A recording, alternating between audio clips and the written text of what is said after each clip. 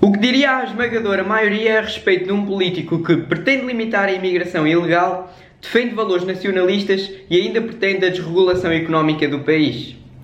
E o que diriam agora as mesmas pessoas a respeito de um partido político que defende aberta e convictamente uma ditadura pior que muitas e, como se não fosse suficiente, ainda defende que certas liberdades e direitos básicos dos indivíduos sejam cerceados em nome do bem maior, ou seja, do Estado?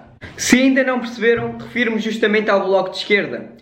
Muito embora o Bloco procure frequentemente apresentar-se como um bastião assíduo dos valores da democracia, da liberdade de expressão e de associação e, em geral, defensor dos direitos básicos e individuais, verdade é que, na prática, o contrário revela-se.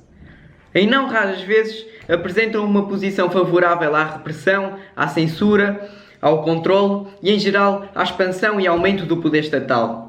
No entanto, e para compreendermos melhor a ideologia e o modus operandi desta facção política, convém antes fazer uma alusão às origens da mesma. Juntamente com a Política 21, com a União Democrática Popular e com o Partido Socialista Revolucionário, o Bloco de Esquerda viria a surgir em 1999. Ora, o facto do Bloco ter surgido da coligação entre estas facções, por si só demonstra a gênese autoritária do mesmo. Contudo, e muito embora estivesse mais próximo do pensamento trotskista, verdade é que o Bloco mantinha como pensamento principal, como corrente de pensamento principal, o maoísmo, teoria socialista que advoga que quaisquer dissidentes políticos devem ser perseguidos pela polícia política e devem ser executados. A famosa ditadura do proletariado. Contudo, a única divergência em relação ao marxismo-leninismo usual é que o poder político deve ser conquistado pela via bélica.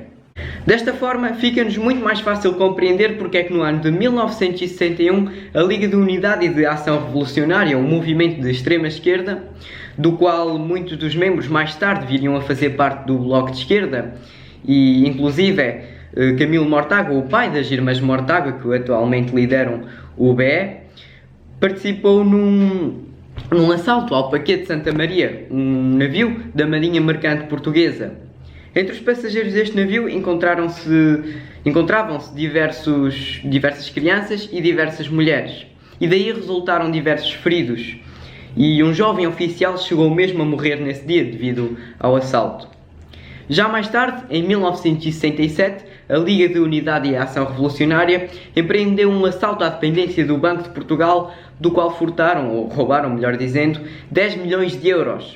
E, claro, Camilo Mortágua esteve envolvido nisto. Foi então neste sentido que, após a reforma política fracassada subjacente à Primavera Marcelista, logo no ano seguinte, em 1968, muitos dos movimentos de extrema-esquerda, associados ou não à futura UDP, empreenderam diversas ações de índole revolucionária no sentido de resistir ao governo salazarista que assombrava o país. Entre estes movimentos destaca-se a Ação Revolucionária Armada, a ARA, que tinha muitos membros que futuramente viriam a ser também membros da UDP. A ARA, em 9 de agosto de 1972, empreendeu coordenadamente diversos ataques a torres de eletricidade de alta voltagem. Isto ocorreu no dia das eleições, uma vez que Américo Tomás, o candidato salazarista, viria a ser eleito. No entanto, e como já era de se esperar, isto não fez nada mais, nada menos que prejudicar o próprio povo. Muita gente ficou sem luz e muitos negócios viram-se prejudicados. Obviamente que isto era feito no contexto de resistência a um Estado fortemente autoritário, mas o problema reside no facto de que o povo foi quem se viu prejudicado e o governo pouco ou nada saiu afetado disto. Antes que os esquerdistas procedam a qualquer objeção, é de reconhecer que, de facto, desde 2005 o Bloco de Esquerda tem manifestado um afastamento em relação ao UDP. No entanto, também é verdade que a gênese e o caráter favorável à expansão do poder estatal continua como base de pensamento e como linha orientadora deles. Para comprovar isto, basta ver o programa político do Bloco de Esquerda até 2023, no qual estes afirmam, e cito: "Há zonas cinzentas e a imensidão de portas por abrir para novas realidades que não têm despertado o interesse de quem legisla, para criar pelo menos um conjunto de normas de caráter ético, dando margem para o aparecimento de esquemas de proliferação de fake news através de redes e plataformas sociais. Ou seja, eles pretendem nada mais nada menos que legislar o espaço da internet para combater as fake news, ou seja, a censura. Visam dar a quem legisla, segundo as próprias palavras, o poder de estabelecer normas que na prática revelam-se bastante arbitrárias, cuja consequência é a restrição do discurso alheio na internet. No mesmo documento e poucas linhas depois, estabelecem que, e passo a citar, o combate por uma informação séria e democrática passa também pela consideração dos direitos digitais como direitos humanos. O que quererão eles dizer por informação séria e democrática? Tudo o que é favorável às ladainhas esquerdistas?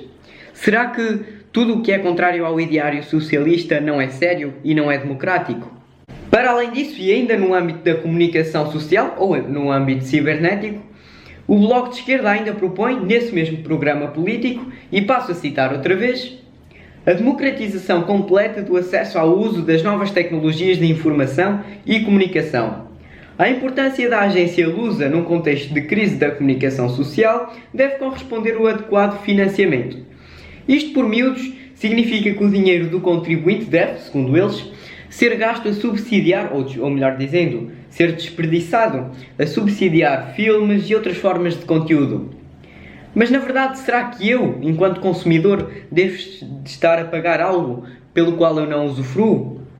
Como se tudo isto não fosse suficiente, o Bloco ainda propõe, de modo muito descarado, como proposta, a inserção curricular das temáticas da igualdade em função da orientação sexual e da identidade de género e combate à discriminação e promoção de campanhas nacionais e de produção de materiais concebidos para abordagem sistemática e duradoura em contexto escolar. Ou seja, pretendem fazer com que as temáticas LGBT e de identidade de género sejam enfiadas por todo o custo pela goela abaixo dos alunos.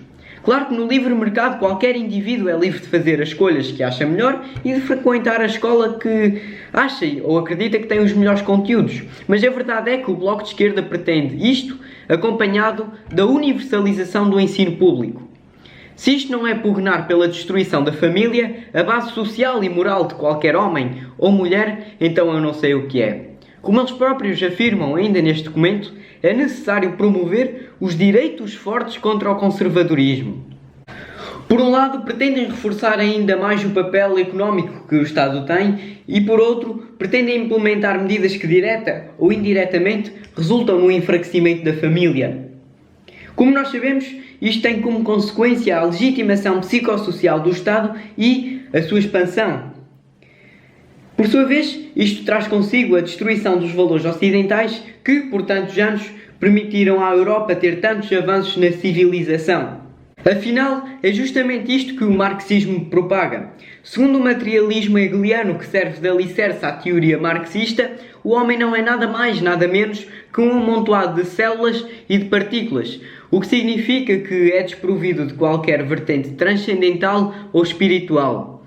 Como tal, os materialistas e os marxistas negam qualquer necessidade de manter valores conservadores e advogam que é necessário destruir a ordem social previamente instituída na sociedade. No entanto, e muito embora muitos simpatizantes do Bloco de Esquerda possam afirmar que o socialismo é mesmo assim e passa justamente por isto, verdade é que, ainda que o socialismo esteja correto, não está, o Bloco de Esquerda não é o partido mais coerente ou de todo o melhor para implementar o socialismo no país. Basta-nos recordar do caso de Ricardo Robles, que, em 2014, adquiriu um edifício por 347 mil euros. Já em 2017, candidatou-se às eleições autárquicas na Câmara de Lisboa e um dos seus principais motes de campanha era o combate à especulação imobiliária. No final das contas, no ano a seguir, vendeu o edifício por 4 milhões de euros. Ou seja, socialismo para os outros, capitalismo para mim. Na realidade, já no ano de 2011 haviam começado as dissidências internas no Bloco. Isto porque vinham a conseguir fraquíssimos resultados nas eleições, sejam elas legislativas, presidenciais ou autárquicas.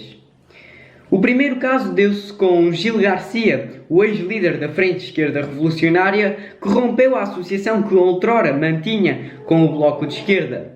Mais tarde, seria Rui Tavares que viria romper a associação que tinha, de modo a criar o LIVRE. Por este é tudo, até ao próximo vídeo.